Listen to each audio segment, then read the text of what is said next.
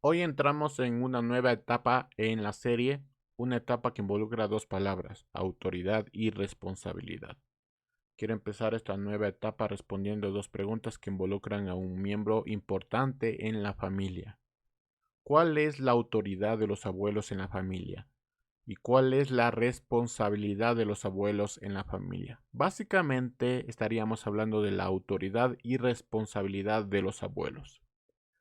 No sé si alguna vez le hicieron esta pregunta cuando era más joven. ¿Qué quieres ser de grande? Como siempre, algunos lo lograron, otros no.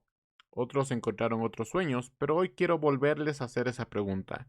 ¿Qué quieres ser de grande? Yo quiero compartir con ustedes mi respuesta. Yo quiero ser un gran abuelo, un buen abuelo. De hecho, tengo un chiste acerca de esto, diciendo que no quiero ser padre, quiero ser abuelo. El tema de los abuelos es más fácil que el tema de ser padre. Hay una frase que dice los abuelos deberían vivir para siempre. Yo estoy de acuerdo con eso, pero es importante que todos aprendamos a vivir y los abuelos son o deberían ser los indicados para enseñarnos a vivir. Dice Tito 2:1, pero tú habla de lo que vaya de acuerdo con la sana doctrina, que los ancianos sean sobrios, serios, prudentes, sanos en la fe, en el amor y en la paciencia. Asimismo, las ancianas deben ser reverentes en su porte, maestras del bien, no calumniadoras ni esclavas del vino. Deben enseñar a las mujeres más jóvenes a amar a sus maridos y a sus hijos, a ser prudentes, castas, cuidadosas de su casa, buenas y sujetas a sus maridos, para que la palabra de Dios no sea blasfemada. Como parte de la introducción de este sermón, veamos un poco más profundo de lo que este texto nos está diciendo. La pregunta es, ¿qué es lo que dicta la sana doctrina? Primero, que los ancianos, o sea, los varones, sean sabios, serios, prudentes, sanos en la fe, sanos en el amor y en paciencia. Lo interesante de esto es que se menciona el tema del amor y sanos en la fe y paciencia, cosa que Pablo ya había mencionado en otros textos. Lo segundo es que las ancianas sean reverentes en su porte, es decir, que tenga una manera de vivir que honre a Dios, que tenga una vida que diga que aman a Dios. Y maestras del bien, no calumniadoras ni borrachas. Ahora, ¿qué deben enseñar estas maestras? ¿Qué es lo bueno que deben enseñar estas maestras? Deben enseñar a las jóvenes a amar a su esposo y a sus hijos, a ser prudentes, castas, cuidadosas de su casa, buenas y sujetas a su esposo. Otra vez, lo interesante de esto es que menciona la sujeción al esposo, cosa que ya habían mencionado en otros textos. Y esto es para que la palabra de Dios no sea blasfemada. Si tomamos todas estas cosas, con seguridad podemos decir que todo cristiano que llega a su vejez debe tener estas características. Esa es la meta al llegar a la vejez. Hay un proverbio que me gustaría topar este día. Lo voy a leer en la nueva traducción viviente. Dice Proverbios 20:29. La gloria de los jóvenes es su fuerza, las canas de la experiencia son el esplendor de los ancianos.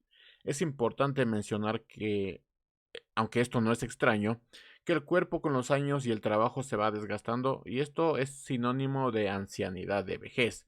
Sin embargo, es importante también recordar que esta etapa de la vida en muchas culturas se considera un privilegio y un lugar de honor, especialmente en la cultura judía.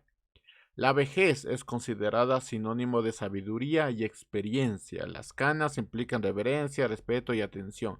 Los ancianos eran constantemente consultados, pues su consejo estaba lleno de justicia, objetividad y conocimiento divino, y tenían respuesta a asuntos que se consideraban muy complicados, no solo en temas cotidianos, también en temas de matrimonio, familia y relacionados con Dios. Y si vamos a la Biblia, los ancianos eran elegidos para dirigir al pueblo de Dios, pues su liderazgo y experiencia era la base de la sabiduría de esos pueblos. Dios los tomaba y los veía como líderes. Los ancianos han tenido un lugar importante en toda la historia de la humanidad y lo mismo sucede en la historia del pueblo de Dios, así como en la historia de la iglesia. Sin embargo, hoy en día, más por un tema de desorden y falta de sujeción a la sana doctrina, la vejez, ya sea por un tema de decisión propia o no, ya no tiene un lugar de maestro, consejero, líder. No en todas partes, por supuesto. ha quedado a un lado pensando que son los jóvenes quienes deberían tomar el liderazgo. Pero si ponemos atención a lo que la sana doctrina nos enseña, debemos decir que la iglesia necesita estos maestros. Aquí hay una pregunta que debemos responder. ¿La iglesia debería tomar lo que el mundo piensa de la vejez o deberíamos tomar lo que la escritura dice acerca de la vejez? Esto es lo que la Biblia dice acerca de esta etapa, o sea, la vejez. Dice Job 12:12, los ancianos poseen sabiduría y una larga vida acumulan entendimiento, pero la sabiduría y el poder son de Dios y suya también la decisión inteligente. Y Proverbios 16:31 dice, la vejez es la corona de la vida honrada, honrada de honra, y se la halla en el camino de la justicia. Salmos 92:12 dice, los justos florecerán como las palmeras, crecerán como los cedros del Líbano. Serán plantados en la casa del Señor y florecerán en los atrios de nuestro Dios. Aún en su vejez darán frutos y se mantendrán sanos y vigorosos, para anunciar que el Señor es mi fortaleza y que Él es recto y en Él no hay justicia. Según la Biblia, según estos tres textos, Dios ve a la vejez como sabiduría, entendimiento, corona de una vida honrada, vigor y hermosura. Pero note algo importante que tienen en común todos estos textos. La vejez sí es sinónimo de sabiduría, entendimiento, corona de vida honrada, vigor y hermosura, pero cuando se vive en Dios y para Dios. ¿Qué quiere decir esto? Que la vejez por sí sola es un regalo, pero este regalo tiene un gran añadido cuando se llega a la vejez viviendo en Dios y para Dios. ¿Cómo tendrás sabiduría y entendimiento? ¿Cómo llegas a tu vejez con una corona de vida honrada? Bueno, sabiendo vivir para Dios. Esto no es un mensaje solo para los que tienen cierta edad, es decir, para los viejitos. Este es un mensaje para todos, porque todos debemos saber vivir. Y fíjense en algo más. La visión de Dios del adulto mayor o de la persona que tiene muchos años vividos no es la misma visión que nosotros tenemos. Piense en esto un momento. Quitando todos los sueños y metas, imagínense que su meta en la vida sea llegar a viejo. No parece un sueño muy ambicioso, pero recuerde, si tenemos la visión de Dios con respecto a esta etapa, realmente esto es un sueño muy, muy ambicioso. Y para tener este sueño ambicioso, usted primero debe quitar de su mente la idea que tiene de la vejez, la idea que tiene de esta etapa y que muestra que es el fin de una vida útil. Usted tiene que quitar esa idea. Usted tiene que ver como Dios ve esta etapa. Y esto es importante. Porque si no ves como Dios ve esta etapa, entonces vas a buscar cumplir todos tus sueños en tu juventud en lugar de aprender a vivir para el Señor. Y digo que es importante porque cansados de trabajar, tú puedes pensar que es importante que esta etapa la asuma, este liderazgo lo asuma alguien más joven, pero lo que estás haciendo es que otro va a asumir el lugar por el cual Dios te ha llamado desde que empezaste este camino. Para tener este sueño tan ambicioso, usted necesita ver como Dios ve las cosas. Usted necesita dejar de ser espectador para ser protagonista. Entonces, ¿qué podemos hacer para que esta hermosa etapa de la vida, la vejez, sea la mejor etapa de nuestra vida? Y esto es para los que ven a esta etapa muy lejana, a los que ven esta etapa menos lejana, a los que ven esta etapa más cerca y a los que están viviendo esta etapa. ¿Qué debemos hacer? Hay tres cosas, por lo menos, que encontramos que podemos hacer para que esta etapa, esta hermosa etapa, sea la mejor etapa de nuestra vida. Primero, y la más importante es no descuides el propósito de tu vida. Si usted descuida el propósito por el cual Dios sopló vida en usted, usted estará descuidando la totalidad de su vida. ¿Por qué? Porque ¿qué sentido tiene la vida sin un propósito? Esta era la petición de Pablo a Timoteo, dice 1 Timoteo 4:14. No descuides el don que hay en ti y que recibiste mediante la profecía, cuando se te impusieron las manos del presbiterio. Ocúpate en estas cosas y permanece en ellas para que tu aprovechamiento sea evidente a todos. Ten cuidado de ti mismo y de la doctrina. Persiste en ello. Si haces esto, te salvarás a ti mismo y a los que te escuchan. Y en su segunda carta personal a Timoteo, Pablo le dice en 2 Timoteo 1:5, pues me viene a la memoria la fe sincera que hay en ti, la cual habitó primero en tu abuela Loida y en tu madre Eunice, y estoy seguro que habitará también en ti.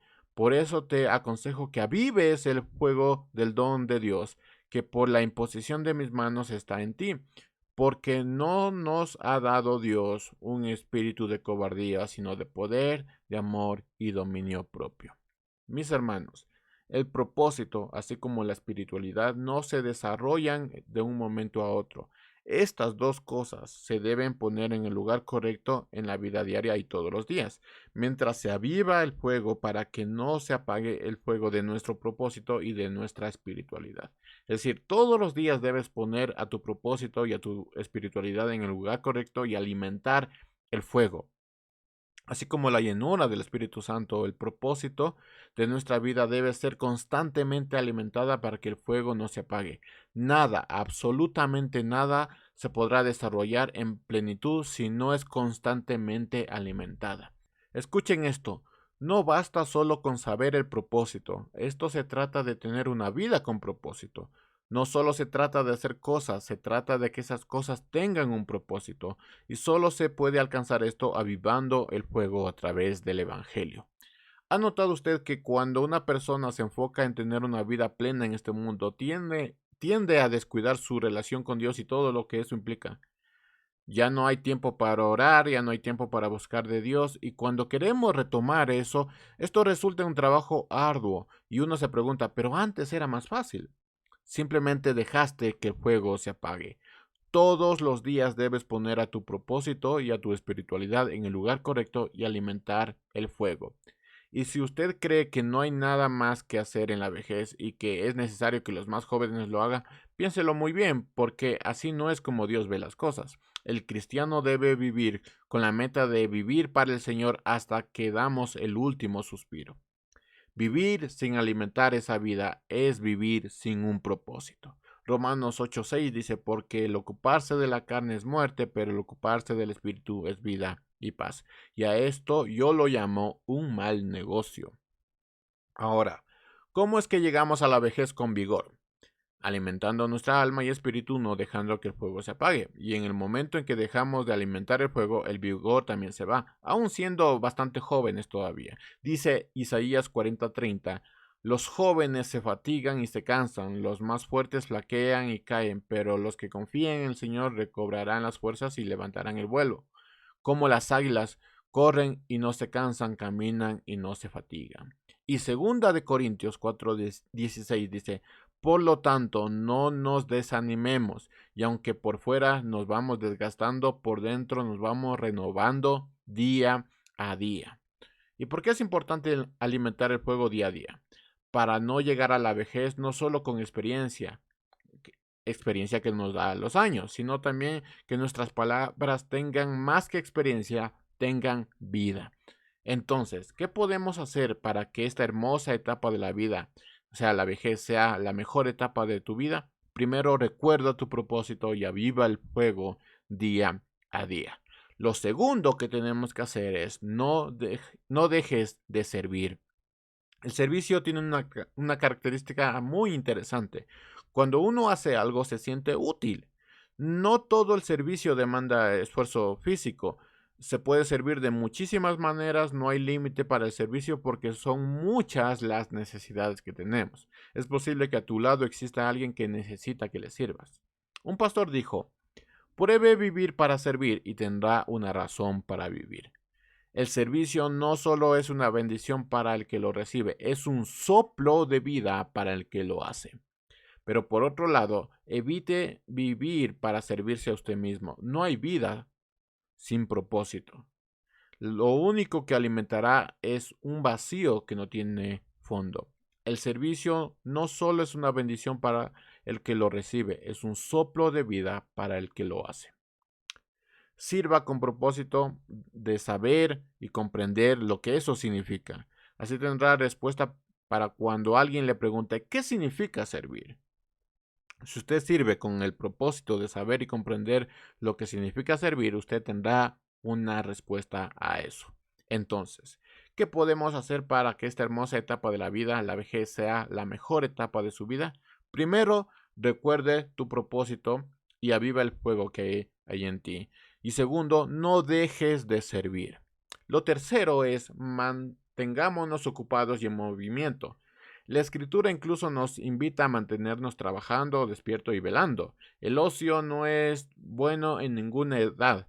Y es que el no hacer tiene un efecto en nosotros bastante interesante, se vuelve parte de nuestras vidas. Al principio empiezas con pequeñas cosas y poco a poco empiezas dejando de hacer cosas cada vez más importantes. A veces me gustaría tomarme un poco de vacaciones y de vez en cuando está bien, pero una cosa es tomarse un descanso para renovar las fuerzas y otra cosa es tomarse un descanso para dejar las cosas. Piensen lo que le voy a decir en este momento. Este es un dicho que dice, el que menos hace, menos quiere hacer. En la iglesia tú te vas a encontrar con muchas personas que lo que menos quieren hacer es servir, pero sí quieren que pasen las cosas. Y cuando pasan las cosas no les gusta. El que menos hace, menos quiere hacer. Estas personas se vuelven consumidoras y en vez de hacedores de la palabra. Y todo para ellos está mal, todo le ofende, todo se desanima, constantemente se deprime constantemente. Esto ocurre cuando dejaste de hacer las cosas. El que menos hace, menos quiere hacer. Cuando una persona está entretenida en hacer algo, está trabajando, está en movimiento, no tiene tiempo para protestar, para deprimirse, para desanimarse, para ofenderse.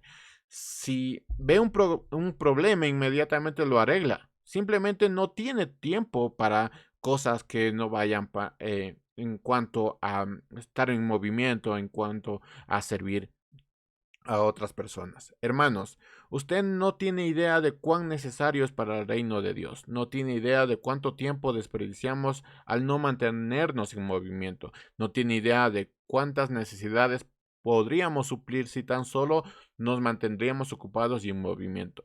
Solo para que tenga en su mente, ¿cuánto tiempo desperdicia pensando en un problema, en lugar de ocuparse en solucionar ese problema?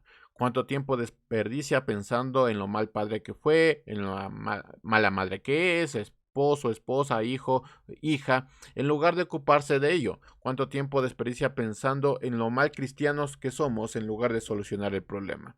¿Qué podemos hacer para que esta hermosa etapa de la vida sea la mejor etapa de nuestra vida? Primero, recuerde tu propósito y aviva el fuego que hay en ti. Segundo, no dejes de servir. Tercero, mantente ocupado y en movimiento. Y esto nos lleva a los abuelos y la autoridad y responsabilidad que ellos tienen. Llegando a este punto, ya podemos responder las dos preguntas. ¿Cuál es la autoridad de los abuelos en la familia? ¿Cuál es la responsabilidad de los abuelos en la familia?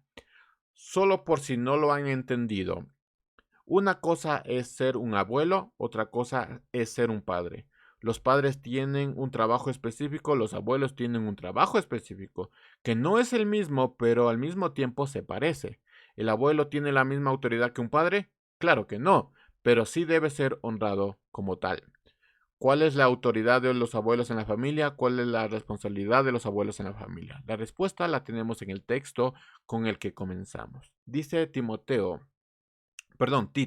2:1, pero tú habla de lo que vaya de acuerdo con la sana doctrina, que los ancianos sean sobrios, serios, prudentes, sanos en la fe, en el amor y en paciencia. Asimismo, las ancianas deben ser reverentes en su porte, maestras del bien, no calumniadoras ni esclavas del vino. Deben enseñar a las mujeres más jóvenes a amar a sus maridos y a sus hijos, y ser prudentes, castas, cuidadosas de su casa, buenas y sujetas a sus maridos, para que la palabra de Dios no sea blasfemada. Es decir, los abuelos tienen un trabajo específico que no es el mismo de un padre. Es como si llegando a esa etapa de la vida donde ya educaste a tus hijos, se cambia el chip y tu propósito toma otra dirección. La autoridad y la responsabilidad de los abuelos es de ser maestros de la sana doctrina.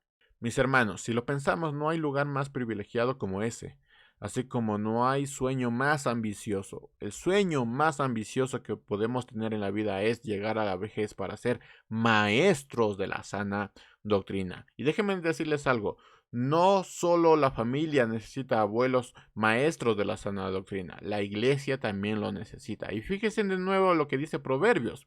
Proverbios 20:29 dice, la gloria de los jóvenes es su fuerza, las canas de la experiencia son el esplendor de los ancianos. Otras versiones dicen que las canas de un anciano lo hacen bello.